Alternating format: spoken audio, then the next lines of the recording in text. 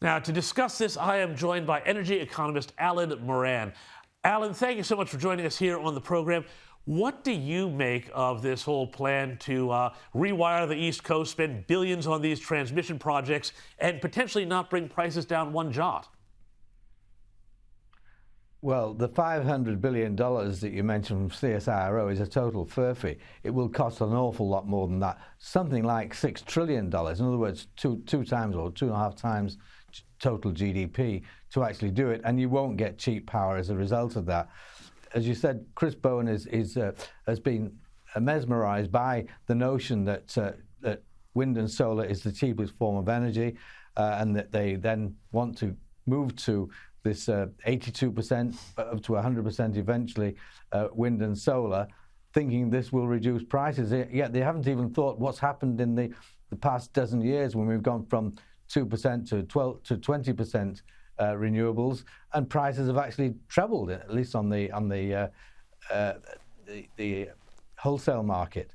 So basically, they've got this number leveraging off previous CSIRO estimates, and CSIRO is not well known as an accountancy firm, but they estimated the prices of renewables were lower than coal, hydro, nuclear, whatever. But this is only the price that you can pay for when the supplier wants to give it to you and where he wants to give it to you. By the time you've actually got it to your house, it's 3 or 4 or 5 times as high as coal and gas. And I guess the government's starting to realize that. They put this number, they got a friendly consultant to say, well, look, when we've gone through it, we've got a plan. You remember Albanese was talking about a plan he had. He's very, very confident this plan. It was going to reduce prices by $275 per household. Well, as soon as he got into office, he realized that wasn't going to happen, that in fact the prices were going to go up by much more than that, perhaps even double. And he blamed the Ukraine war. But of course, the outcome wasn't due to that. It was due to a whole lot of other things. We've been vilifying coal for a number of years. We've been putting prejudicial environmental restrictions on it. We've been subsidizing the renewables by a great deal. We've been preventing gas from being developed. So we've created a shortage. And, when there's a shortage, prices go up. But the Albanese suggestion to this was, well, I've got this new plan which is going to be offshore renewables. But somebody pointed out, well, even his ambitious goals for this only produce 1/360th the amount of energy which is produced by coal. So that isn't going to work. Then, of course, he starts talking about, well, we'll nationalize. Effectively, we're going to nationalize. He unleashes his hidden communist ideology, I guess. We're going to nationalize whatever gas and electricity isn't already earmarked for somewhere or another, and we're going to send this at a very low price. Well, that isn't going to work either. I mean, essentially, we're going to have shortages. Alan, I mean, is the goal here, though, it seems to me that, maybe I'm being a cynic here, but that the goal here really is to make gas and coal operations unviable in Australia, to chase them out at a great cost of wealth to this country. I mean, who's driving the bus here? Is it Labour or the Greens? Well, I don't know. I think it's whoever. Labour's been using it to smite the coalition by not going far enough, and I guess it's paid off for them because they're in office.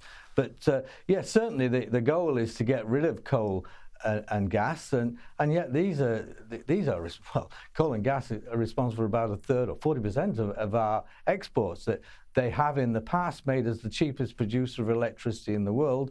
We've now abandoned that, and we're one of the most expensive, and that's going to get even worse, as you said in your intro. By the time we've actually started hooking up Snowy 2s and a massive amount of batteries, it's going to cost us an awful lot of money.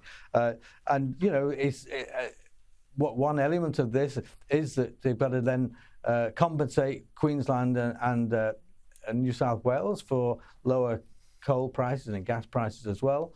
And that's part of the $8 billion you mentioned. That's compensation for those lower royalties that they earn, as well as trying to make all these renewables work well. But, it can't work. It won't work. And there's no panacea from all this expenditure. It's just that renewables are are not reliable and they're very high cost. And Alan, I mean, as an economist, you must see these interventions in the marketplace even before these interventions in the marketplace, the price caps. The AEMO, the energy market operator, was warning that there could be blackouts as soon as 2024 or 2025. Surely this is only going to make that worse, bring that potential blackout scenario closer in the future, isn't it? Oh, of course. I mean, and one of the things, they may not occur, these blackouts, at least in the next couple of years, because certainly the government is going to be very concerned about blackouts and the effects of this on the voters. So they're going to ensure that the blackouts are actually made by closing down industry or preventing industry from using power at certain times. And that then sort of insulates the consumer, the household consumer, from the effects of this. But there's only a temporary insulation because essentially, once you actually prevent industry from using power, you're actually denuding its possibility of improving wealth and therefore living standards generally. So, you know, essentially what we're progressively doing is taking out low-cost energy and replacing it by high-cost energy and unreliable energy. And the effects of this will be, to actually do this would mean, if it conceivably could be done, it would mean a 5-fold increase in the cost of electricity and similar increase in the cost of gas, which is a scandalous situation for a nation with massive amounts of these resources. It's absolutely scandalous. We're going to have coal in our stocking, but not coal generating our electricity this Christmas. Thank you so much for your time. A very Merry Christmas.